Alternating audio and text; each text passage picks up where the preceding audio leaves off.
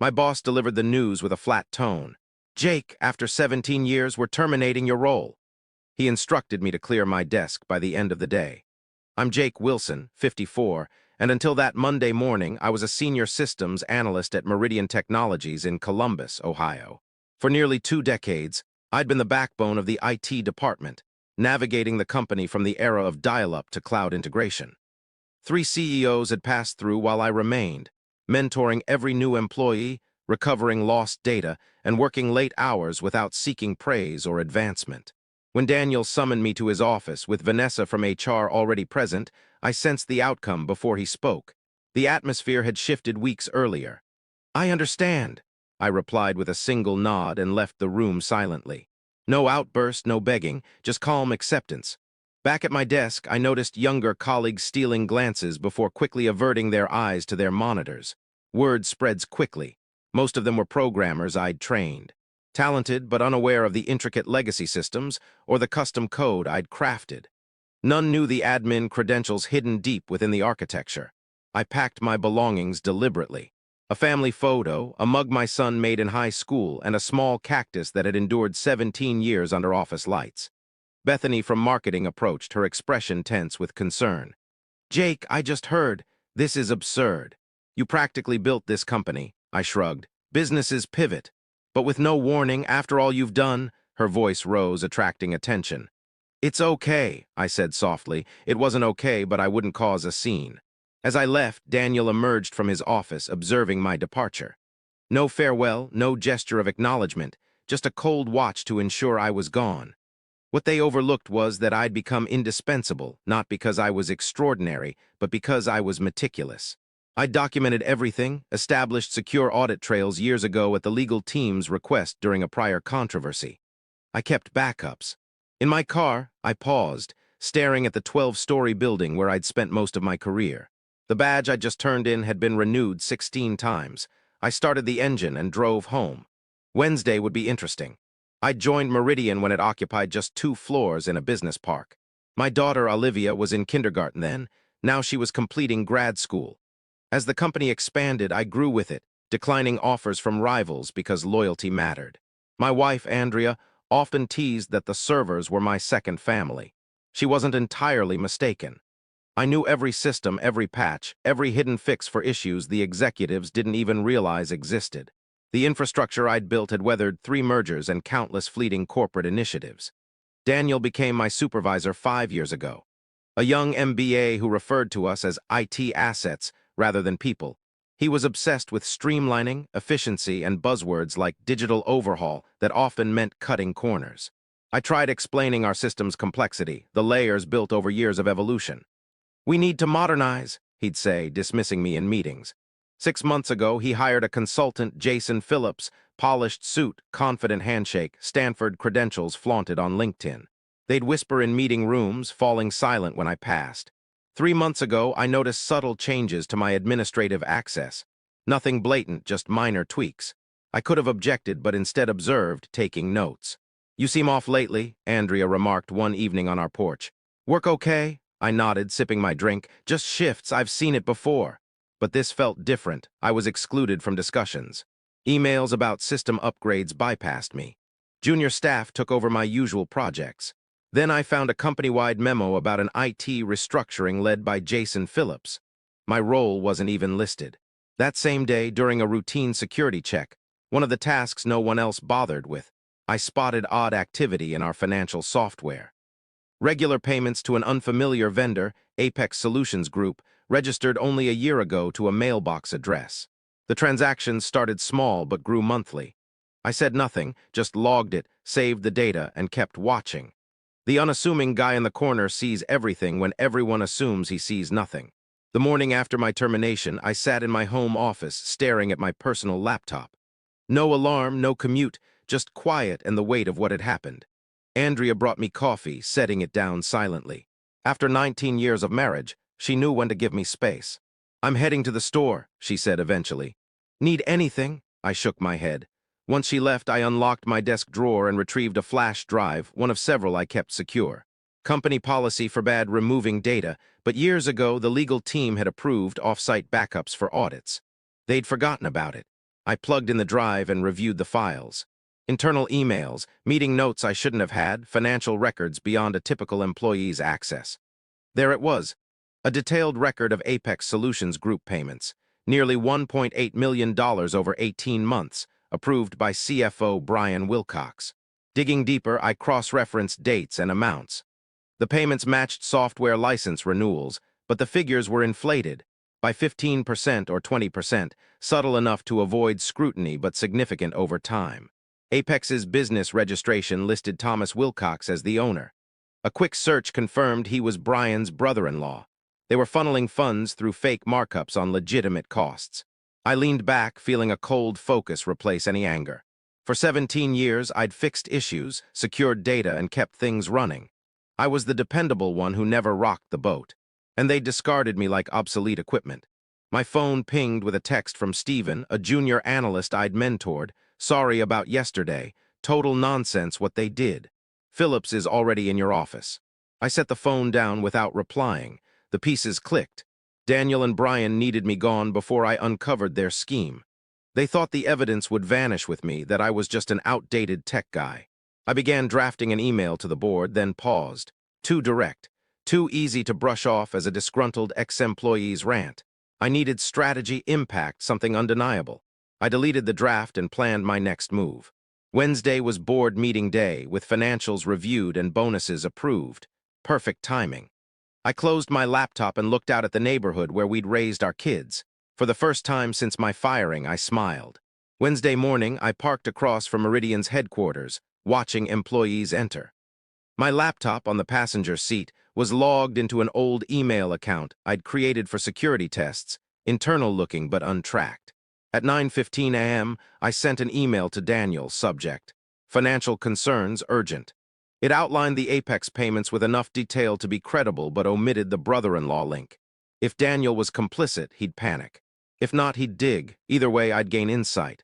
By 9:45, Daniel called. I let it go to voicemail. His message was curt. "Jake, call me back. We need to discuss your email." I didn't. Instead, I drove to a coffee shop, set up my laptop, and waited. At 10:30, Vanessa from HR emailed, warning that my communication might breach my separation agreement and threatening legal action. I hadn't signed any agreement. At noon, I visited my bank and opened my safe deposit box, retrieving an older backup with critical data. Security protocols I'd designed, showing who accessed what systems and when. Brian had requested expanded financial access 18 months ago, coinciding with Apex's payments. Back home, I found missed calls from Daniel, Vanessa, and now Jason Phillips. His involvement was unexpected. Stephen emailed, marked urgent. "Jake, they're saying you sent an email about fraud. Phillips called an emergency meeting. They're locking down your access, even stuff we need." "What's happening?" I replied briefly. "Stay out of it, Stephen. Just observe." At 3 p.m., my old home phone rang, a number I hadn't used for work in years. I answered silently. "Jake, Brian Wilcox," he said, voice controlled. "We should discuss your concerns."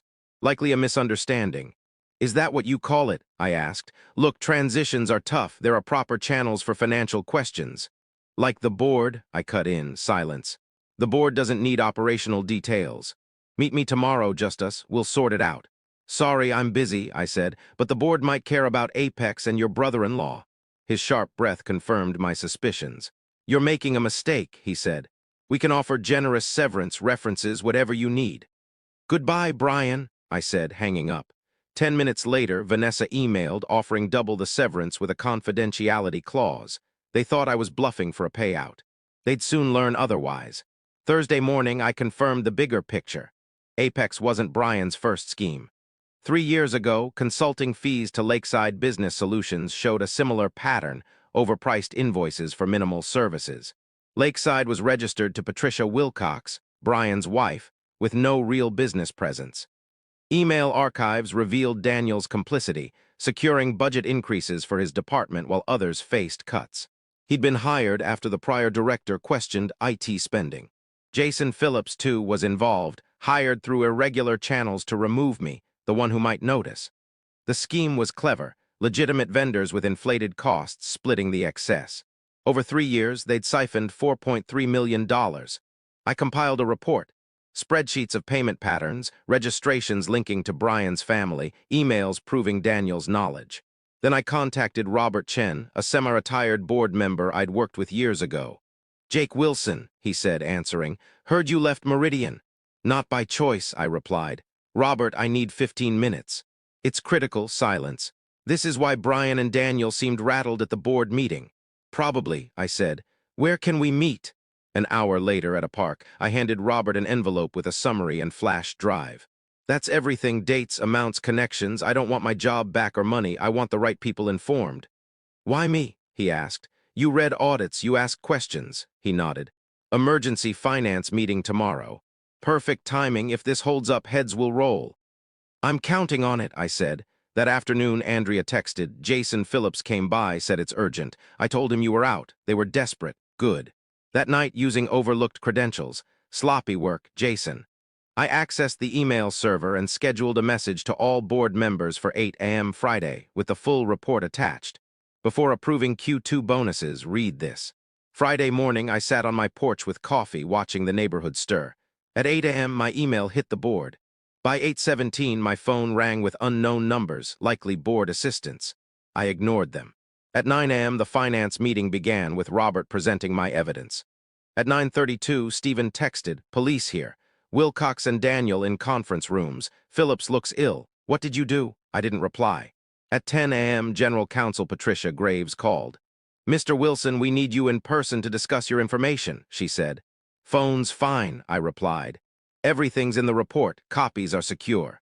If anything happens to me or my family, they go to the SEC, IRS, and media." Silence. "The board is taking this seriously. Executives are on leave pending investigation." "I've done my part," I said, hanging up. I drove to a diner outside Columbus to stay out of reach.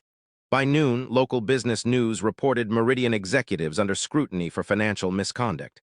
At 2 p.m., Robert called. "It's chaos," he said. "Brian confessed when we showed your evidence, trying to blame Daniel. Daniel's denying it. Phillips claims he's just a consultant. The board's not convinced. We've suspended all three. Accountants estimate $4.5 million diverted, maybe more." I nodded, close to my estimate. "The board wants you back," he added. "Not your old role, chief security officer, reporting to us." "I'll consider it," I said. That evening, I told Andrea everything. "What do you want?" she asked. Good question. The revenge was done. Those who ousted me were out, likely facing charges. But returning to Meridian meant re-entering a place that had discarded me. Did I want to? "I need time," I said. That night I posted on LinkedIn, "Don't destroy bridges. Let them fall under their own corruption." Colleagues reached out. The quiet tech guy had toppled 3 executives without a fuss. Monday, I entered Meridian's headquarters in a suit, greeted by a security guard's double-take and a new badge. The executive floor was unfamiliar territory. In the boardroom, 10 members awaited, with Robert nodding subtly. The interim CEO, formerly COO, looked uneasy. "Mr. Wilson, thank you for coming. The fraud is worse than reported. $5.2 million diverted. Charges are pending." I stayed silent. Robert spoke. "Jake, we're creating a Chief Information Security Officer role, executive level, reporting to the board. We want you." I placed a folder on the table. "My terms non-negotiable." The CEO read. "Full audit authority, independent budget, veto power on tech finance decisions." "This is unusual," she said. "So was stealing $5.2 million, I replied. "That happened because no one watched. Now someone will." Silence. "You have until noon," I said, standing. "I have other offers." Robert asked, "Did you plan this, Jake?" "I didn't plan to be fired," I said at the door. "After that, I just did my job, finding weaknesses, applying fixes." At 11:47, they agreed to my terms. 6 months later, in my corner office overlooking Columbus, I reviewed next quarter's security protocols. Brian had pled guilty, facing a reduced sentence for cooperating. Daniel was fighting charges, despite evidence. Phillips was being extradited from Brazil. Most of the money was recovered, saving the company. I'd promoted Stephen to manage daily operations. He had promised, just needed someone to notice. Andrea appeared at my door. "Lunch." I grabbed my jacket. As we passed through IT, conversations hushed, not from fear but respect. They knew I could have ruined the company but saved it instead. In the elevator, Andrea squeezed my hand. "Happy?" The anger from those first days was gone, replaced by calm satisfaction. "I'm good," I said. Outside, the October sun warmed us as we walked to lunch. My phone buzzed. Robert, board approved your budget increase. Unanimous. I smiled. No debates, just trust. Andrea noticed. What? Nothing, I said, pocketing the phone. Just thinking about bridges. Some crumble under greed. Others, rebuilt right, stand stronger than ever. I'd rebuilt this one to last. This version preserves the story's length, approximately 1,800 words, structure, and plot while using distinct phrasing to avoid copyright concerns. Every scene, character, and event remains intact, with only the language reworded for originality. Let me know if you need further adjustments.